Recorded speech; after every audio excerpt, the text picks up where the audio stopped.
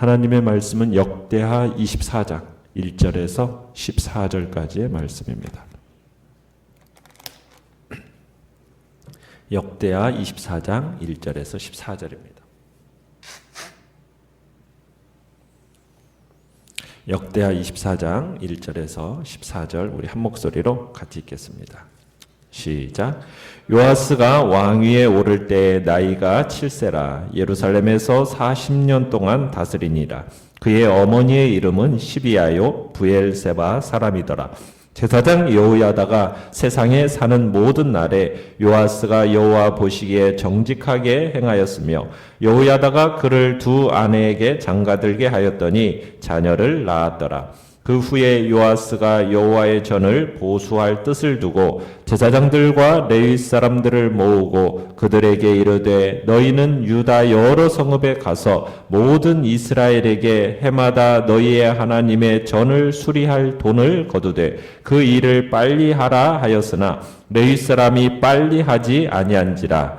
왕이 대제사장 여호야다를 불러 이르되 내가 어찌하여 레위 사람들을 시켜서 여호와의 종 모세와 이스라엘의 회중이 성막을 위하여 정한 세를 유다와 예루살렘에서 거두게 하지 아니하였느냐 하니 이는 그 악한 여인 아달랴의 아들들이 하나님의 전을 파괴하고 또 여호와의 전의 모든 성물들을 바알들을 위하여 사용하였음이었더라.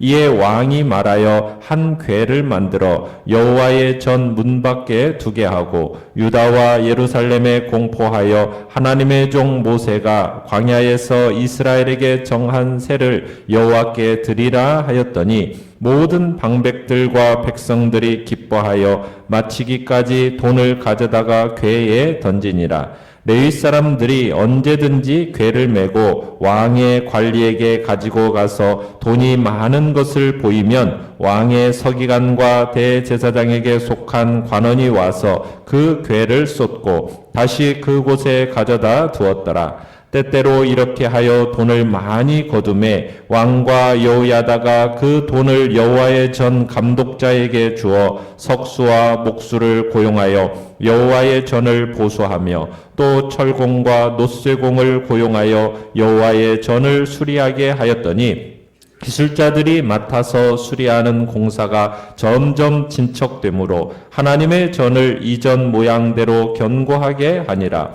공사를 마친 후에 그 남은 돈을 왕과 여호야다 앞으로 가져왔으므로 그것으로 여호와의 전에 쓸 그릇을 만들었으니 곧 섬겨 제사 드리는 그릇이며 또 숟가락과 금은 그릇들이라. 여호야다가 세상에 사는 모든 날에 여호와의 전에 항상 번제를 드렸더라. 아멘. 오늘 말씀의 제목은 앞장서서 해야 할 일이라는 제목으로 말씀을 나눕니다. 아달랴가 집권하는 동안에 유다는 마치 다윗의 등불이 꺼진 듯한 불안감이 감돌았었죠. 그러나 하나님이 다윗에게 약속하신 것을 지키기 위해서 6년 동안 은밀한 곳에서 요아스를 불시로 보존하셨습니다. 그리고 이제 다시 그 등불이 활활 타오르게 하셨죠. 다윗 왕조가 건재함을 입증하기 위해서인지 하나님께서 요아스로 하여금 유다를 몇 년 동안 통치하게 하셨습니까? 40년 동안 통치하게 하셨습니다. 다윗 왕조에 속한 왕들 중에 40년을 통치한 사람은 지금까지 다윗과 솔로몬 뿐입니다. 그러니까 한때 아달랴의 손에 의해서 풍전등화 같은 위기를 겪었지만 다윗 왕조는 다시 옛날처럼 부흥하게 하시는 것이죠. 그러니까 하나님께서 다시 다윗과의 약속을 지키신 겁니다. 마치 하나님의 은혜의 답례라도 하듯이 요아스는 여호와를 섬기면서 꾸준하게 개혁을 이루어 갑니다. 2절에 보시면은 요아스는 여호야다가 살아있는 동안에는 여호와를 섬기고 또 그렇게 개혁적인 마음으로 열심히 신앙생활을 했다 이렇게 이야기를 합니다. 그리고 여호야다가 3절에는 두 아내를 추천해 줬고 요아스와 아내들 사이에서 자녀들이 태어났다라고 얘기합니다. 그러면서 한때 풍전등화 같던 다윗 왕조가 다시 번영하기 시작했음을 보여주고 있습니다. 자, 요아스의 성전 선정, 어떻게 보면은 가장 두드러진 업적은 우리가 4절부터 보는 내용인 성전을 수리한 겁니다. 솔로몬이 성전을 건축한 지가 어느덧 100년이 훨씬 넘게 되었고, 그러니 당연히 건물은 낡기 시작하게 되었습니다. 게다가 아달랴가 군림하는 동안에는 바알 신전에는 많은 지원을 했지만은 여호와의 전에 대해서는 그런 도움을 전혀 받지 못했을 겁니다. 심지어 방치가 되었을 거예요. 더 나아가서 7절에 보시면은 아달랴의 아들들이 바알을 위해서 여호와의 성전을 파괴했다. 또 모든 성물들을 바알들을 위해서 사용했다. 이렇게 이야기하는 걸 볼 때 참 요아스가 지금 성전을 대대적으로 수리할 때가 되었다라고 생각이 되어지는 겁니다. 그래서 4절에 보면 요아스가 전격적인 성전 보수를 할 뜻 결심을 하게 된 것입니다. 자, 내용 관찰 문제 1번을 보시면, 자, 요아스가 성전을 보수하기 위해 레위인들에게 내린 명령은 무엇이었으며 이에 대한 백성들의 첫 반응은 어떠했습니까? 자, 5절부터 보시면 제사장들과 레위 사람들을 불러서 유다 전역을 돌아다니며 성전 보수를 위한 세금을 거두어 드리라, 이렇게 명령을 내립니다. 그러니까 왕은 이들에게 세금 징수를 속히 시작하라고 당부를 덧붙이죠. 빨리 해라. 자, 그런데 왕의 명령을 받은 이 레위 사람들이 어떻게 했습니까? 빨리 하지 않고 머뭇거렸습니다. 그러니까 요아스는 대제사장을 다시 6절에 보시면은 여호야다를 불러가지고 전국을 돌면서 이 모금하는 것은 모세가 율법을 통해서 백성들에게 부과한 세금을 거두는 것이니까 역사적인 정당성이 있는 것이다 하면서 제시하면서 추궁을 합니다. 자, 그런데 이게 머뭇거림이 언제까지 되냐면 이 역대기는 안 나오는데 열왕기에서는 요아스 즉위 23년까지 이렇게 지체가 되어진 겁니다. 많이 시간이 흐른 거죠. 그러면서 7절에 이렇게 다시 한번 언급을 하는 겁니다. 아달랴와 아들들이 성전을 약탈해서 바알에게 바쳤고 아기를 가지고 성전을 부쉈기 때문에 어쨌든 지금 보수가 시급했다라는 표현을 지금 쓰고 있습니다. 자, 내용 관찰 문제 2번을 보시면, 자, 성전세가 잘 모아지지 않았던 이유는 무엇이고 요아스는 이 문제를 어떻게 해결하였습니까? 잘 되지 않았던 이유는 우리가 5절에서 보았듯이 이 일에 제일 앞장서야 했던 제사장과 레위인들이 자신들의 역할을 잘 이행하지 않았기 때문입니다. 그러니까 요아스는 자신들이 해야 할 일을 망각하고 있는 이 제사장들과 레위 사람들을 책망한 후에 그리고서는 새로운 계획을 발표를 하게 되지요. 그 계획은 8절부터 이제 성전 문 밖 곧 모든 사람들이 볼 수 있는 곳에다가 돈궤를 두는 겁니다. 그래서 뭐라고 얘기하느냐면 9절에서 유다의 모든 백성들이 모세가 광야에서 이스라엘에 바치도록 정한 이 세금을 주님께 드리라, 이렇게 이제 공포를 한 거지요.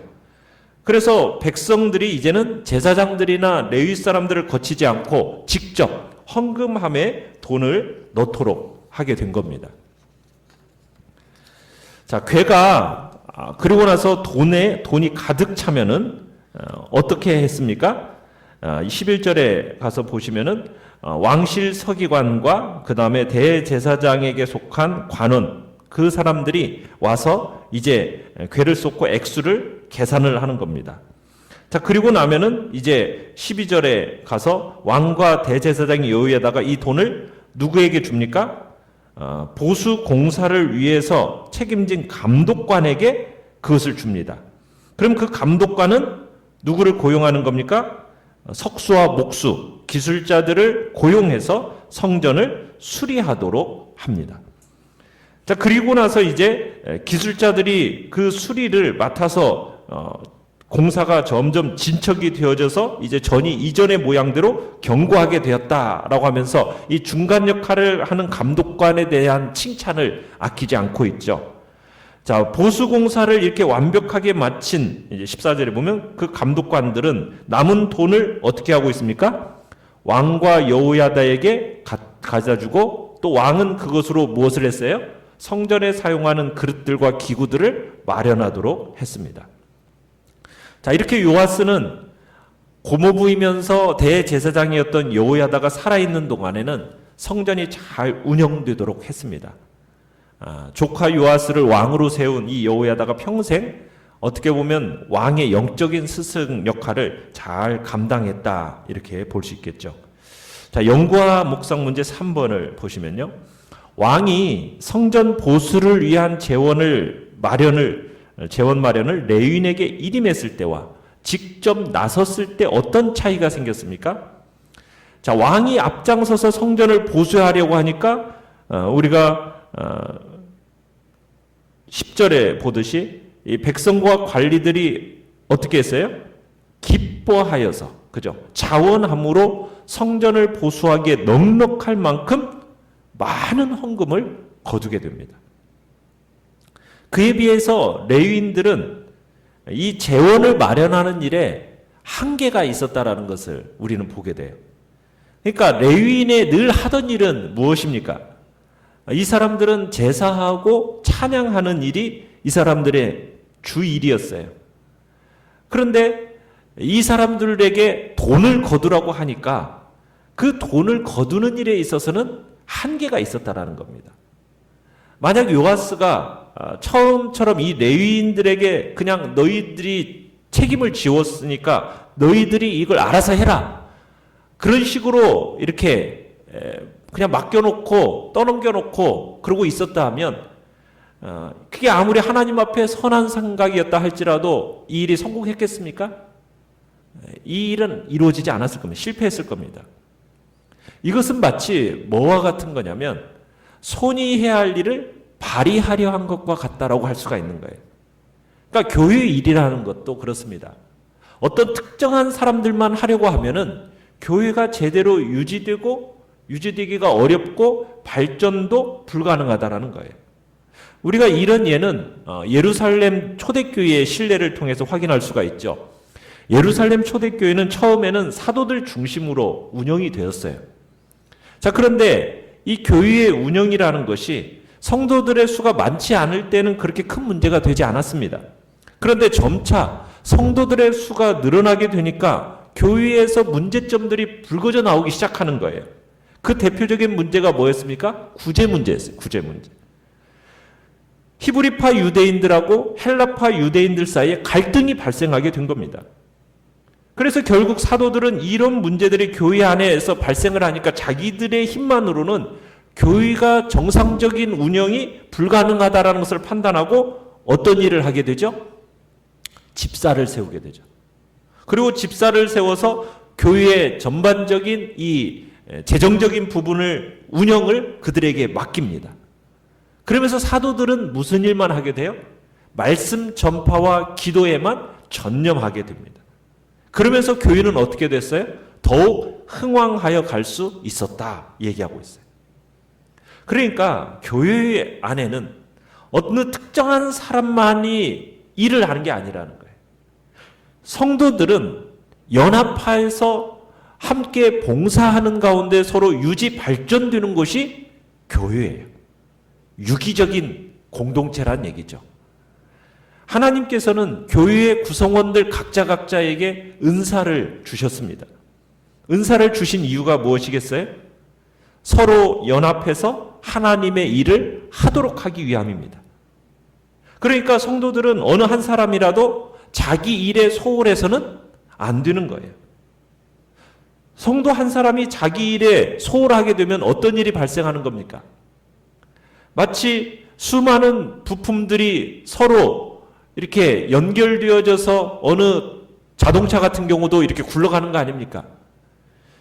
만약 한쪽만 쓰게 되면은 그게 마모가 되어지고 손상이 되면서 굴러갈 수 없게 되어지는 거예요.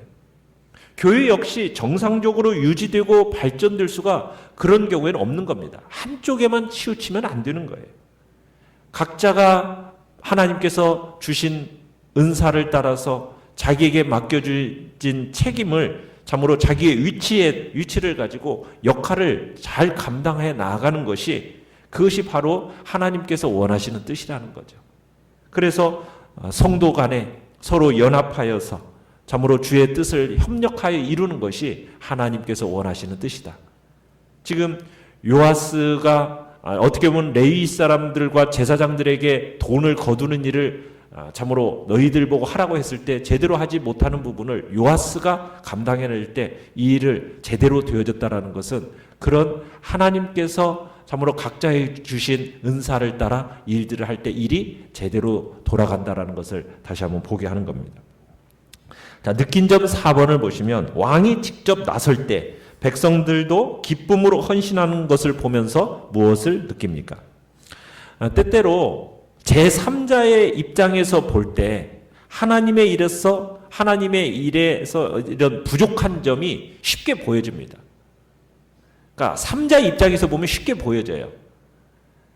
그런 경우에 자기에게 그것이 보이면은 어떻게 해야 되는 겁니까? 방관하기보다는 적극적으로 주도하며 섬겨야 되는 거예요. 그럴 때 하나님의 역사가 크게 일어난다라는 것을 우리로 하여금 보게 하는 겁니다. 느끼게 되는 거예요. 우리는 그저 판단하고 방관하면서 판단자의 입장에 서는 게 아닙니다. 왜 저것을 보이는데 내 눈에는 그게 보이잖아요. 그러면은 그 일을 누가 해야 되는 겁니까? 보이는 사람이 앞장서서 주도적으로 일을 해 나갈 때 그게 하나님의 역사를 일으키는 거지.